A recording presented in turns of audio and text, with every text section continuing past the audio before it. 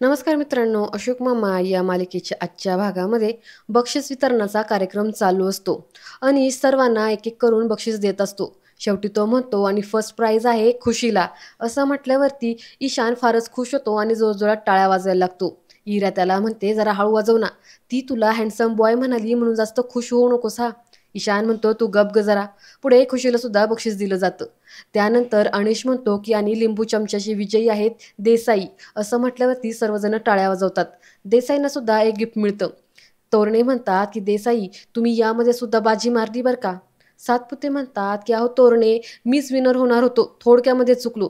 देसाई म्हणतात, अहो सातपुते, खेळमध्ये हार जीत तर होतच राहणार ना. पुढे जनार्दन म्हणतात की बरं मी काय म्हणतो, हा सगळा एवढा ज्यांनी घाट घातला ते माजगावकर आहेत तरी कुठे. भैरवी म्हणते की माजगावकर सध्या केक बनवण्यामध्ये बिझी असतील. तर इकडे प्रभूबाई आणि कियांची आई आतमध्ये येतात. संयमी म्हणते की शैफाली मावशी, अगं ते बाऊल घेऊन इकडे ये ना, यांना पाहिजे आपण काय करतोय ते. शैफाली ते बाऊल घेऊन पुढे येते. संयमी म्हणते की हे बघा, याला म्हणतात केकचे बॅटर. इरा ईशानचा बड्डे ना, त्यांच्यासाठी आम्ही केक बनवतोय. शैफाली म्हणते, काय झालं, तुम्ही एवढे गप्प का झालात. रियांश म्हणतो, अगं ताई, आता ह्यांच्याकडे बोलायला काही राहिलंच नाहीये ना. पुढे तो म्हणतो, मग अजून काय, जाता का आता तुम्ही, आम्हाला ना केक बनवायचा आहे, आम्ही तेवढं करून घेतो. बरं तुम्ही इथं का आला होतात. प्रभूबाई म्हणता की तुम्ही दोघं जण खाली दिसला नाहीत ना, तुम्हालाच बोलवायला आलोय. रियांश म्हणतो की मी खाली येणारच होतो, पण ह्या दोघी जणी केक बनवत होत्या ना, काहीतरी हेल्प व्हावी म्हणून मी इथे थांबलोय. पुढे तो म्हणतो, बरं आता तुम्ही जाता का, आम्हाला ना आमचं काम उरकून घेऊ द्या. असं म्हटल्यावरती प्रभूबाई आणि कियांची आई तिथून निघते. प्रभूबाई उगाच म्हणत असते कियांच्या आईला की बघ मी तुला सांगत होते ना, तू उगाच संशय घेत होती. असं पुटपुटत ते तिथून बाहेर जातात. शैफली म्हणते की जाऊ द्या पोरांनो, ह्यांचं तुम्ही अजिबात मनाला लावून घेऊ नका. रियाज म्हणतो किती अवघड आहे यांचं. तर इकडे अनिश भैरवीचं कौतुक करत असतो. तो म्हणतो की भैरवी, तू एवढी सगळी अरेंजमेंट केलीस, डेकोरेशन केलं, तुझं अगदी मनापासून थँक्यू.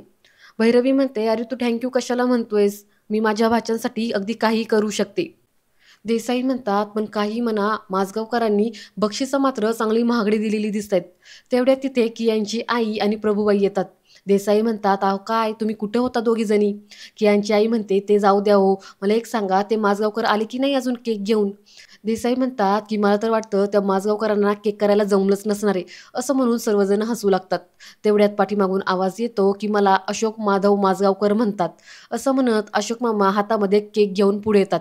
पुढे ते येऊन म्हणतात की एकतर मी शब्द दिलेला कधी मोडत नाही. ते इरा आणि ईशानकडे बघून म्हणतात की बाळांनो या, हे बघा तुमच्यासाठी केक. असं म्हणून पुढे ते केक करतात. तो केक पाहून सर्वजण हसायला लागतात. सातपुते म्हणतात की अहो माजगावकर, एवढा मोठा बड्डे तुम्ही घातला आणि त्यासाठी एवढा केक घेऊन आलात. ते तोरडे म्हणतात की अहो मला वाटलं होतं की माजगावकर बदलतील, पण नाही, माजगावकर काही बदललेले नाही. भैरवी म्हणते की एक वेळेस सूर्य हा पश्चिमेला उगवेल, पण माजगावकर कधीच बदलणार नाही. देसाई म्हणतात की आता हा केक पाहून तर माझी खात्रीच झाली, हे माजगावकर कधीच बदलणार नाही. जनार्दन म्हणतात की अहो माजगावकर, तुम्ही एवढा मोठा घाट घातला आणि एवढूसा केक घेऊन चाललात. असं म्हणून ते हसतात. अशोक मामा म्हणतात की मग अशी तीर्थप्रसादासाठी आला होतात ना, मग आता केकसाठी का मरतायत. हा केक मुलांसाठी आणलाय. अहो देसाई, ही मुलांची पार्टी आहे. देसाई म्हणतात, अहो पण आम्ही पण आलोय ना पार्टीमध्ये. भैरवी म्हणते की एक मिनिट, अहो मी मला सगळं सामान दिलंय, ती एक मोठा केक घेऊन आपल्यासाठी येते. थांबा, मी ना तिला फोनच करून बोलवते. असं म्हणत भैरवी संयमीला फोन लावते आणि तिला केक घेऊन यायला सांगते. पुढे फोन कट केल्यावरती भैरवी म्हणते की ती येते लगेच. आणि हा केक ना सर्वांना पुरणार आहे, एवढा मोठा केक आहे. पुढे ती अशोक मामाकडे बघत म्हणते की दोघांसाठीच नाहीये. तेवढ्यात तिथे संयमी केक घेऊन येते. तो केक पाहून सर्वजण वावा करतात. देसाई म्हणतात की वा वा, यालाच म्हणतात खरा केक. प्रभूबाई म्हणतात की नाहीतर अगं तुझ्या आजोबांचा केक, केक का प्रेस्ट्री आहे तेच कळालं नाही. असं म्हणून त्या हसतात. जनार्दन म्हणतात, काय गं, हा केक तू एकटीने केला का.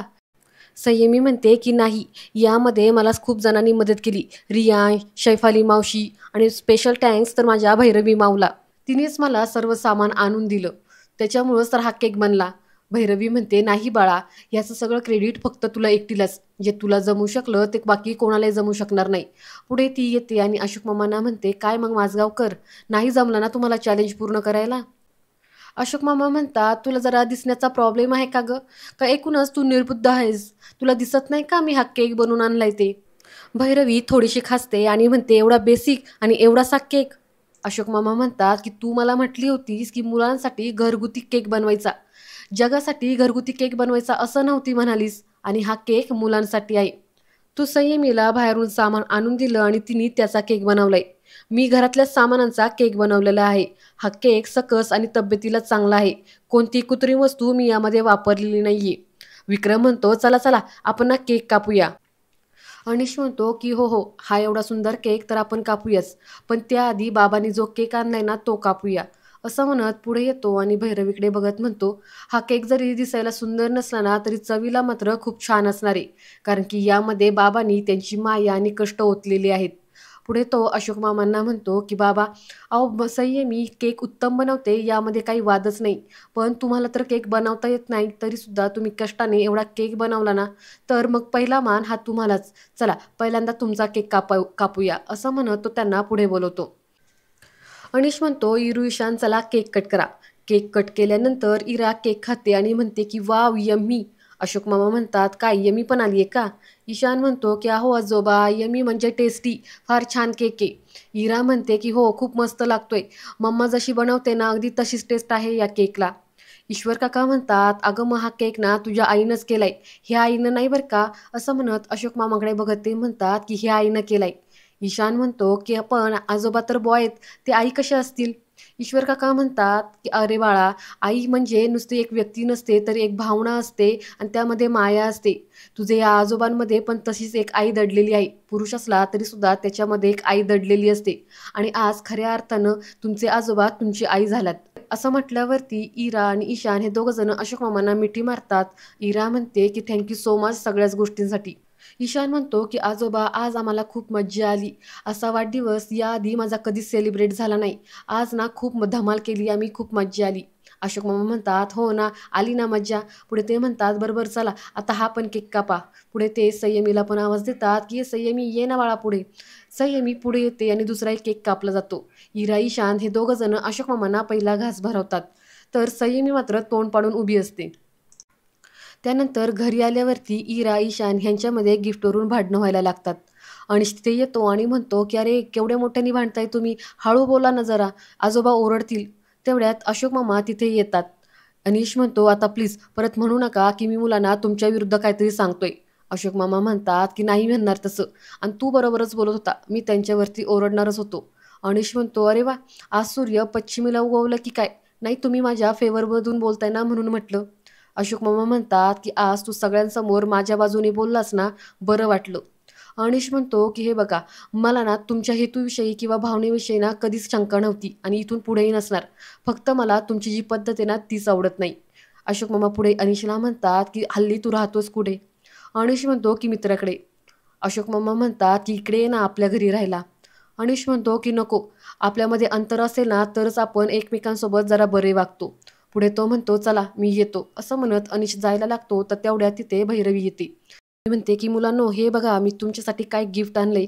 असं म्हणत इरा ईशानला मोबाईल देते. ते दोघं जण फार खुश होतात. पुढे भैरवी म्हणते, आणि माझ्या हार्टेस्ट डिअरसाठी आणले लॅपटॉप. असं म्हणत ती लॅपटॉप संयमीला द्यायला लागते. तर ईशान म्हणतो की एक मिनिट, तिचा बड्डे नाही आज. भैरवी म्हणते, कुचक्या, अरे तिने तुमच्यासाठी एवढा कष्टाने केक बनवलाय, मग तिला त्याचं बक्षीस नको का? असं म्हणत ती लॅपटॉप हा संयमीला देते. अशोक मामा म्हणतात की काय गरज आहे ह्या सगळ्याची? भैरवी म्हणते, कमॉन माझगावकर, अहो लॉकडाऊन होतं त्यावेळेस शाळांनीच मुलांना हे लॅपटॉप आणि मोबाईल दिले होते, ऑनलाईन स्टडी करता यावा म्हणून, आणि तसंही हे गॅजेट आता मुलं तर खेळतात.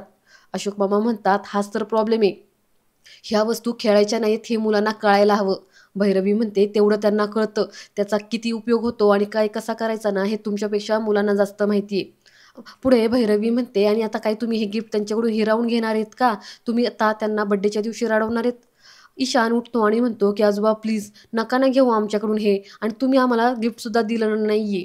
अशोक मामा म्हणतात की मी तुम्हाला देणार होतो गिफ्ट रात्री, पण थांबा आत्ताच देतो. असं म्हणत अशोक मामा आतमध्ये जातात आणि 2 गोधड्या घेऊन बाहेर येतात, आणि त्या गोधड्या इरा ईशानला देत म्हणतात की बाळांनो हे घ्या, माझ्याकडून तुम्हाला वाढदिवसाचं गिफ्ट. अनिश त्या गोधड्या पाहतो आणि म्हणतो, बाबा ही गोधडी तर आमची आहे ना, माझी आणि दादाची. अशोक मामा म्हणतात की हो, अजून तुला आठवतंय हे सगळं, ह्याचा मला आनंद आहे. पुढे अशोक मामा मुलांना म्हणतात की बाळांनो, ह्या ज्या गोधड्या आहेत ना ह्या तुमच्या आजीनं विणलेल्या आहेत. जुन्या आहेत, पण यामध्ये तुमच्या आजीची खूप सारी माया आहे. ह्याच गोधड्या तुमचा बाबा आणि काका घेऊन रात्री झोपायचा आणि तुमची आजी त्यांना थोपटत थोपटत गोष्टी सांगत झोपवायची. इरा, ईशान सगळेजण इमोशनल होतात. इरा म्हणते की आजोबा, ह्या गोधड्या आजीने शिवल्यात का? आणि कोणती आहे बाबांची याच्यामधली? अशोक मामा तिला खुणवून दाखवतात. तर ईशान तिच्या हातात गोधडी देत म्हणतो की आपण टन बाय टन वापरूयात. त्यानंतर पुढे सर्वजण इमोशनल झालेले असतात. इरा म्हणते की आजोबा, आम्ही झोपायला जाऊ का? अशोक मामा म्हणतात, जा बाळानो जा. इरा, ईशान दोघंजण ती गोधडी घेऊन आतमध्ये पळतात. भैरवी संयमीला म्हणते की समा, तू तुझं गिफ्ट बघ आणि सांग मला कसं वाटलं ते. असं म्हणत भैरवी पण तिथून निघून जाते. पुढे संयमी 2 मिनिटं विचार करते आणि तो लॅपटॉप घेऊन आतमध्ये जाते. पुढे अनिश हा वेणूच्या फोटोकडे 2 मिनिटं पाहतो. त्यानंतर अशोक मामांकडे 2 मिनिटं पाहतो. तो अशोक मामांना म्हणतो, येतो मी. असं म्हणत अशोक मामांच्या खांद्यावरती 2 मिनिटं हात ठेवतो आणि तिथून निघून जातो. आणि आजचा हा भाग इथे संपतो. पुढील भाग पाहण्यासाठी चॅनलला सबस्क्राईब करा. धन्यवाद.